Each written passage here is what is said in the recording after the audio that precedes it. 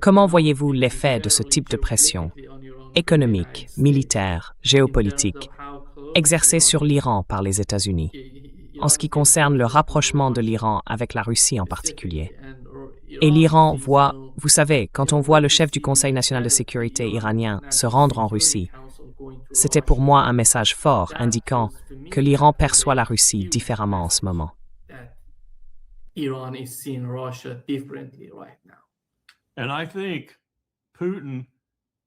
Je pense que Poutine n'est pas tant mis sous pression en Ukraine par l'Ukraine elle-même que par le fait qu'il s'agit d'une guerre de choix, si l'on peut dire, et par la manière dont l'Ukraine immobilise son armée.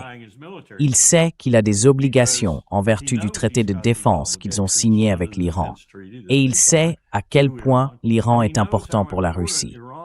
Les gens l'oublient. Regardez une carte, voyons. La Russie et l'Iran sont très proches. C'est une zone stratégique pour la Russie. Je ne pense pas qu'il ait conclu cet accord avec Téhéran à la légère.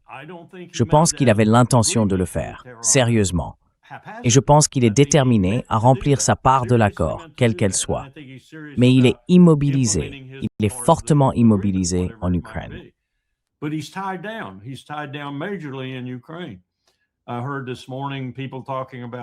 J'ai entendu ce matin des gens parler du fait qu'ils allaient aller de l'avant et marcher sur Odessa, qu'il y aurait une nouvelle opération dès que le sol pourrait supporter les chenilles des chars et tout le reste. Ils vont avancer sur Odessa et il va élargir la guerre et prendre Odessa. Bon, d'accord, très bien. Mais je pense qu'il a actuellement les yeux fixés sur deux endroits différents. Il se concentre sur la fin de cette opération militaire spéciale sans qu'elle ne débouche sur une guerre plus large avec l'OTAN. Et puis, il observe ce qui se passe en Asie du Sud-Ouest. Il doit en parler avec Trump aussi, et Trump avec lui, à ce sujet. Donc si Trump décide d'aller de l'avant et de déclencher une guerre là-bas, regardez les perspectives d'un conflit plus vaste. Peut-être même une guerre mondiale. Une guerre qui finirait par entraîner tout le monde dedans.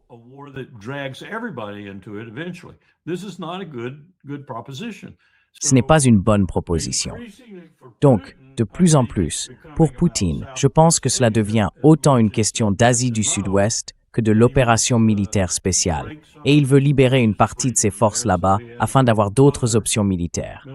Nous le menaçons aussi dans d'autres régions, et il a besoin de la flexibilité qu'apporterait la fin de cette opération.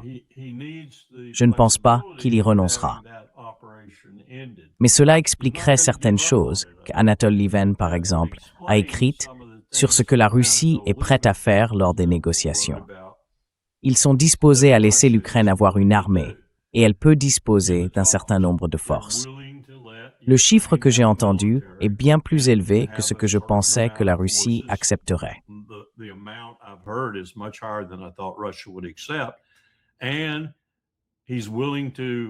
Et il est prêt à négocier un peu au sujet du Donbass.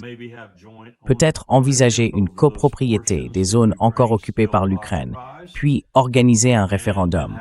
Il est disposé à examiner certaines garanties de sécurité tant que cela n'implique pas la présence de forces de l'OTAN sur le sol ukrainien. Je n'aurais jamais pensé qu'il irait jusque-là, mais c'est le cas. Je pense qu'une des raisons n'est pas seulement l'Ukraine, mais aussi le fait qu'il voit ce qui se passe ailleurs et qu'il constate à quel point son armée est mobilisée en Ukraine. Donc tout cela, on pourrait penser que si quelqu'un prenait le temps d'y réfléchir, tout cela s'influence mutuellement.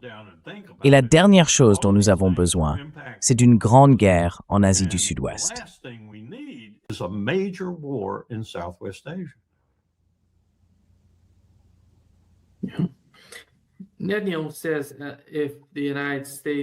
Netanyahou dit que si les États-Unis n'attaquent pas l'Iran, ils vont attaquer l'Iran unilatéralement.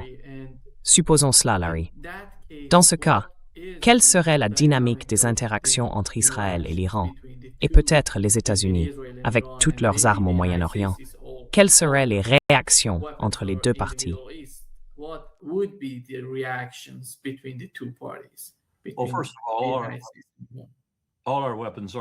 Eh bien, tout d'abord, toutes nos armes ne se trouvent pas au Moyen-Orient. Je veux dire, une quantité considérable, mais pas toutes. Et bien sûr, nos armes les plus redoutables se trouvent dans des silos et des sous-marins. Il ne me surprendrait pas que Bibi fasse une menace de ce genre, mais il me surprendrait énormément qu'il la mette à exécution. Et ensuite, il me surprendrait énormément que la direction de Tsahal le laisse faire, car elle sait qu'elle serait détruite. La question devient donc, cette direction laisse-t-elle Netanyahou aller de l'avant et le faire parce qu'il sait les convaincre, parce qu'il les persuade que Trump interviendra, qu'il ne laissera pas Israël tomber, qu'il viendra?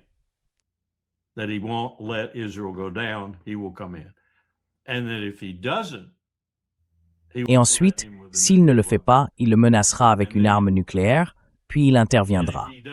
Et s'il ne le fait toujours pas, alors Bibi utilisera l'arme nucléaire. Maintenant, je ne sais pas quelle est la position de la direction de l'armée israélienne à ce sujet. On m'a dit par une source compétente qu'ils y sont très opposés. Mais je pense que c'est la dynamique à l'œuvre ici. Et Bibi joue un jeu très dangereux. Un jeu très dangereux. Et d'ailleurs, Donald Trump aussi. Je ne sais pas si Donald Trump se rend compte à quel point le jeu auquel il joue est dangereux. Je soupçonne qu'il commence à s'en douter, car il doit bien rester quelques personnes au Pentagone prêtes à lui dire la vérité. Du moins, je l'espère.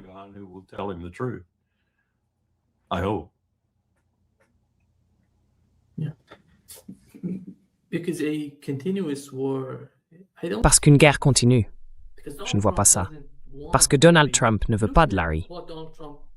En regardant ce qu'est Donald Trump et ce qu'il est, en tenant compte de son comportement depuis plus de 12 mois, et même pendant l'administration précédente, Trump 1.0, pensez-vous qu'il soit prêt à tout sacrifier pour, à mon avis, une guerre stupide entre les États-Unis et l'Iran? Nous savons que personne n'en sortira vainqueur, après tout. C'est pourquoi tous ces États arabes sont si effrayés par ce qui se passe individuellement. C'est pourquoi la Turquie essaie de tout faire. Le Pakistan essaie de faire quelque chose. Ils comprennent la dévastation qui pourrait découler d'un tel conflit si quelque chose devait arriver.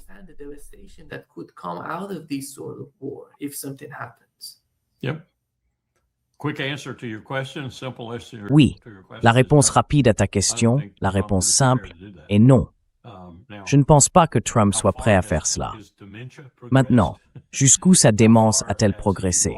Jusqu'à quel point a-t-il perdu la tête, pour ainsi dire?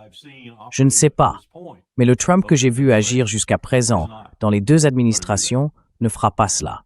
Un accident pourrait-il le pousser à le faire?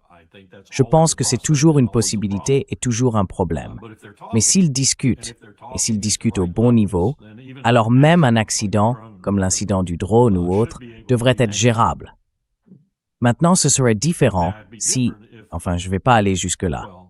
Ce serait différent si les Iraniens testaient un missile et touchaient le Lincoln.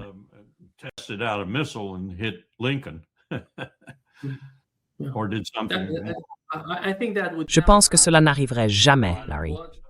Je ne vois pas la logique d'une quelconque attaque, que ce soit de la part des Iraniens ou des Américains, car ils ne veulent aucun conflit.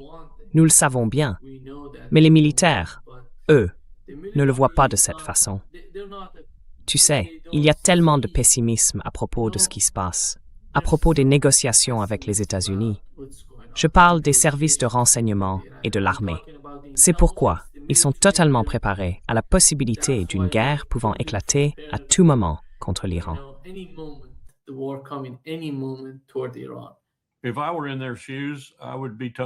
Si j'étais à leur place, je n'aurais absolument aucune confiance envers les États-Unis d'Amérique. Aucune confiance du tout. Je ne croirais pas un mot de ce qu'ils disent. Donc, s'ils parviennent à un accord quelconque qui entraîne le retrait de l'armada et attire l'attention de Trump de manière positive, ce sera principalement parce qu'ils auront surmonté leur méfiance, ce qu'il est difficile d'imaginer, compte tenu de ce que nous leur avons fait jusqu'à présent.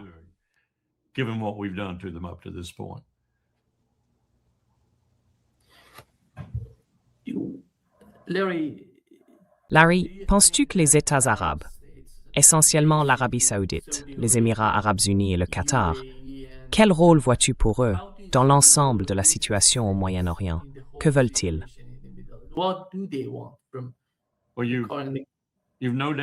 Eh bien, vous avez sans doute appris, grâce aux renseignements et aux informations, que les Émirats arabes unis et l'Arabie saoudite sont en réalité engagés dans une guerre entre eux en ce moment. Cela doit donc préoccuper Riyad autant que l'autre camp. C'est un Moyen-Orient totalement différent. Oui, c'est le cas. Nous n'avons jamais vu cela auparavant.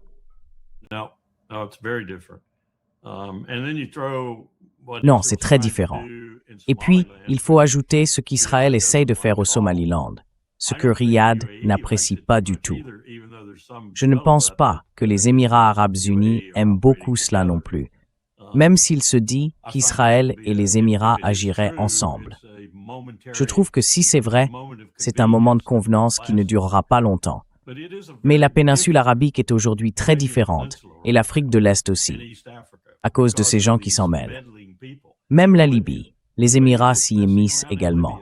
Ils ont en ce moment beaucoup de flèches à leur arc, et ils font tous des choses différentes. Et je pense que tout cela les fascine, cette histoire de l'Iran et de l'armada qui l'entoure.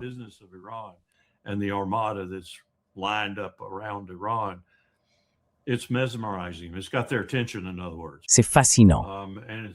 En d'autres termes, cela capte leur attention, et cela retient particulièrement celle de Riyad, car ils se demandent ce que l'Iran pourrait faire à leur capacité d'acheminer le pétrole par le détroit d'Ormuz. Et c'est possible. La dernière fois que cela s'est produit, la hausse des prix du pétrole a été spectaculaire. Je suis sûr qu'il y a des gens dans le monde, pas pour ce moment précis, mais qui accueilleraient cela favorablement, notamment certains vendeurs de pétrole aux États-Unis. Mais tout cela dépasse largement la compréhension de ceux qui devraient orchestrer la situation, les Trump, les Mohammed Ben Salman et d'autres dirigeants. J'espère qu'ils ne réfléchissent pas en ces termes.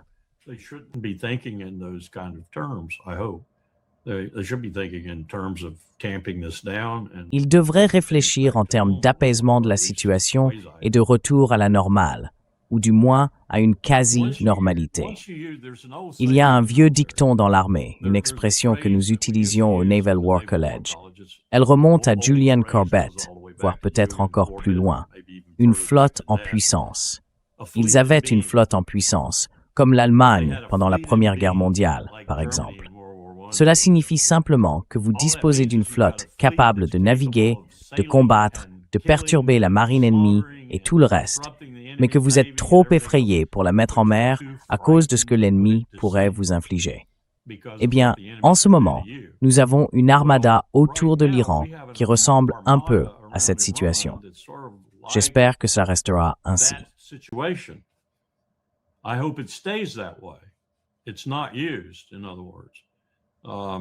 En d'autres termes, ce n'est pas utilisé, parce que je pense que nous allons découvrir que la flotte présente autour de l'Iran, ainsi que les autres éléments qui l'accompagnent, vont se retrouver dans une sacrée panade, comme on disait autrefois en Corée, s'ils agissent, et ils vont entraîner tout le monde dans la même panade. Cela n'aidera personne.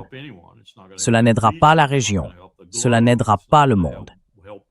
Cela n'aidera pas les ventes mondiales de pétrole, ni la fiabilité de ces ventes.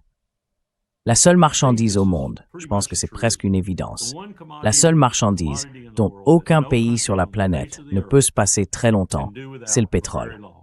Et donc si vous voulez perturber le monde de manière significative, presque instantanément, jouez avec cette marchandise.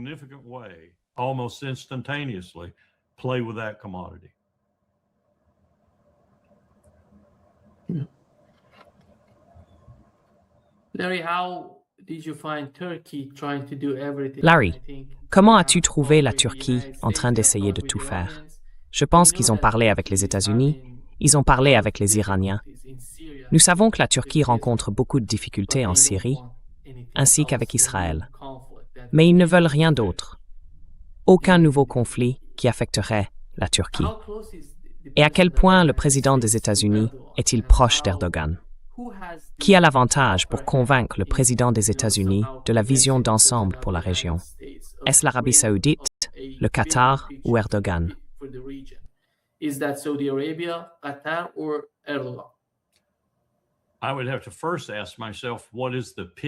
Je devrais d'abord me demander, quel argument Erdogan va-t-il présenter?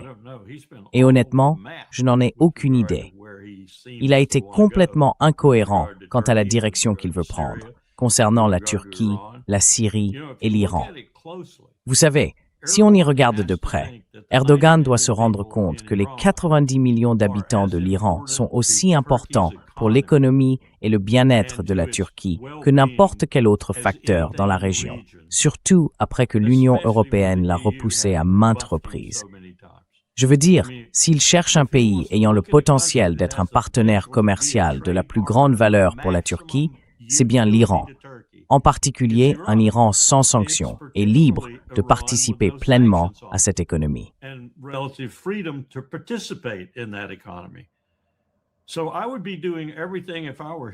Donc, à sa place, je ferai tout mon possible, en fin de compte, pour m'assurer que l'Iran s'en sorte et obtienne un nouvel accord, un accord équitable. Et je ferai de mon mieux pour convaincre le président américain de cela. Je mettrai toutes mes bonnes relations à profit pour le pousser à le faire. Mais je ne sais pas pour tout le monde. Je ne sais tout simplement pas pour tout le monde. Il est devenu un personnage très changeant à bien des égards, disant une chose en faisant une autre, puis encore autre chose, et tenant ensuite un discours différent.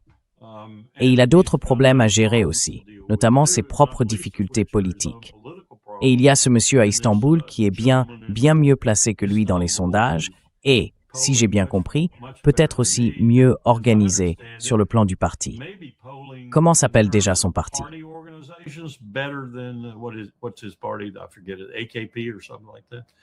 Je l'oublie, l'AKP, ou quelque chose comme ça.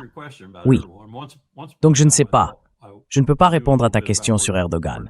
Il fut un temps où je pensais savoir un peu où la Turquie pourrait aller sous sa direction, mais je n'en ai plus la moindre idée. Il doit tout de même réfléchir à l'avenir, et l'avenir ne passe pas par un Iran détruit. Ce n'est tout simplement pas le cas. Et réfléchis à ceci. Que fais-tu pour renforcer ce tyran à Jérusalem? Si tu plonges l'Iran dans le chaos, la région dans le chaos par conséquent, et que tu détruis, au moins temporairement, la fluidité des marchés pétroliers mondiaux, que fais-tu? Il reçoit, d'après ce que je comprends, d'énormes sommes d'argent en frais de transbordement pour tout le pétrole qui traverse sa région. On dit que ce pétrole ne sera pas affecté. Au contraire.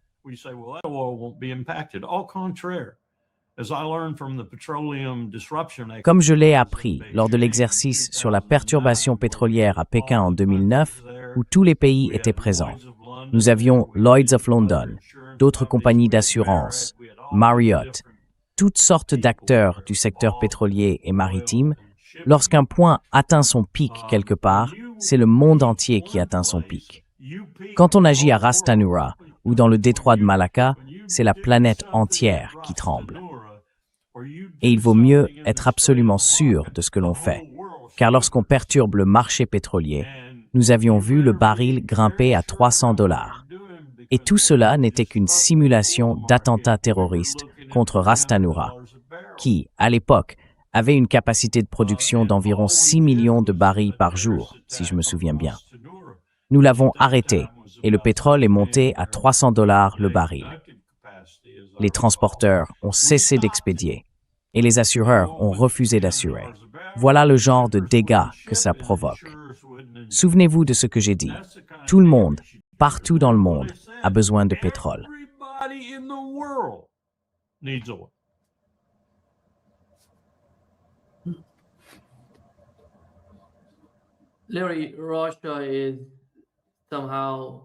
Littéralement, la Russie est, disons-le ainsi, la guerre atteint Kiev et tout est en train de changer.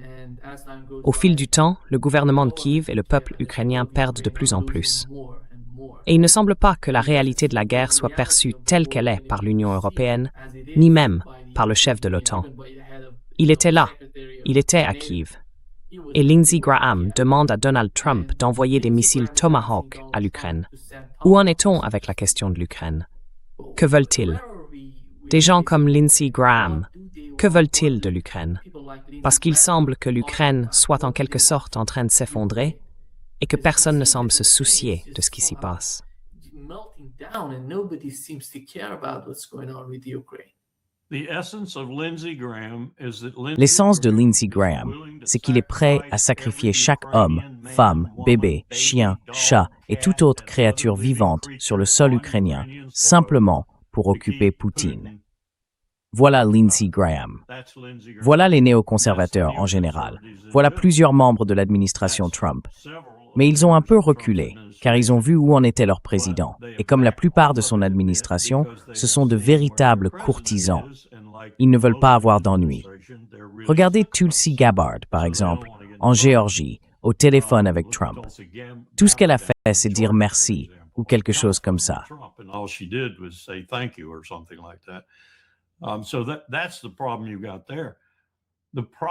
Voilà le problème que vous avez là. Le problème plus vaste, dans son ensemble, est à peu près le même. Biden a commencé, Biden a lancé tout cela à grande échelle. Trump a essayé d'y mettre fin, mais il n'y est pas parvenu. Nous utilisons le sang des Ukrainiens pour enrayer la machine de Poutine. C'est ce que nous faisons. Les Européens font la même chose. Ils le font à fond. Mais ils le font parce que nous leur avons demandé de le faire. Vous avez donc ce désordre incroyable qui dévore des vies ukrainiennes, qui dévore l'avenir de l'Ukraine. Et cela n'a rien à voir, c'est ce qui m'agace. Cela n'a rien à voir avec notre amour pour l'Ukraine ou notre joie de soutenir un mouvement démocratique tel qu'il est.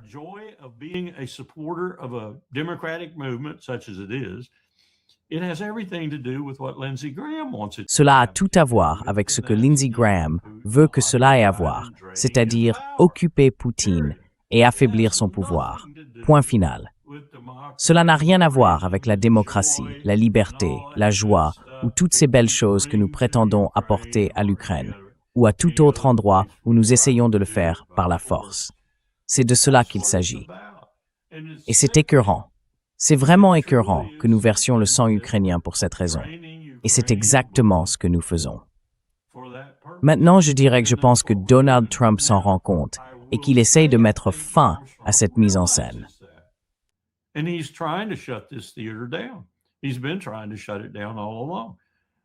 Il essaye de le faire cesser depuis le début. Et peut-être que Witkoff et les Russes sont en train de parvenir à une sorte d'accord qui leur permettrait d'y arriver. Je ne sais pas.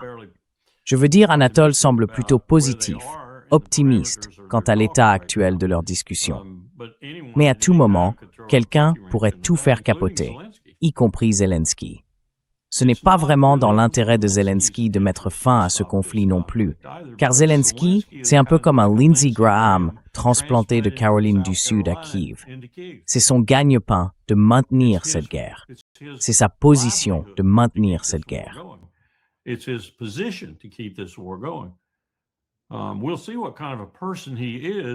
Nous verrons quel genre de personne il est, si la Russie a vraiment accepté certaines des conditions qu'Anatole détaille dans son article.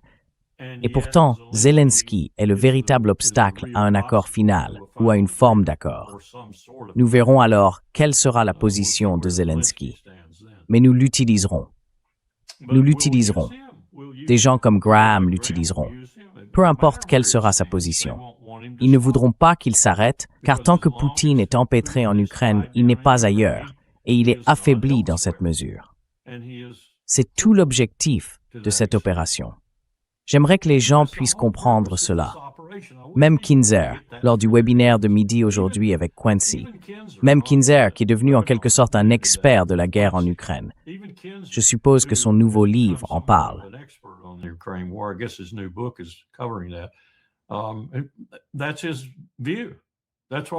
C'est son point de vue. C'est ce que nous faisons.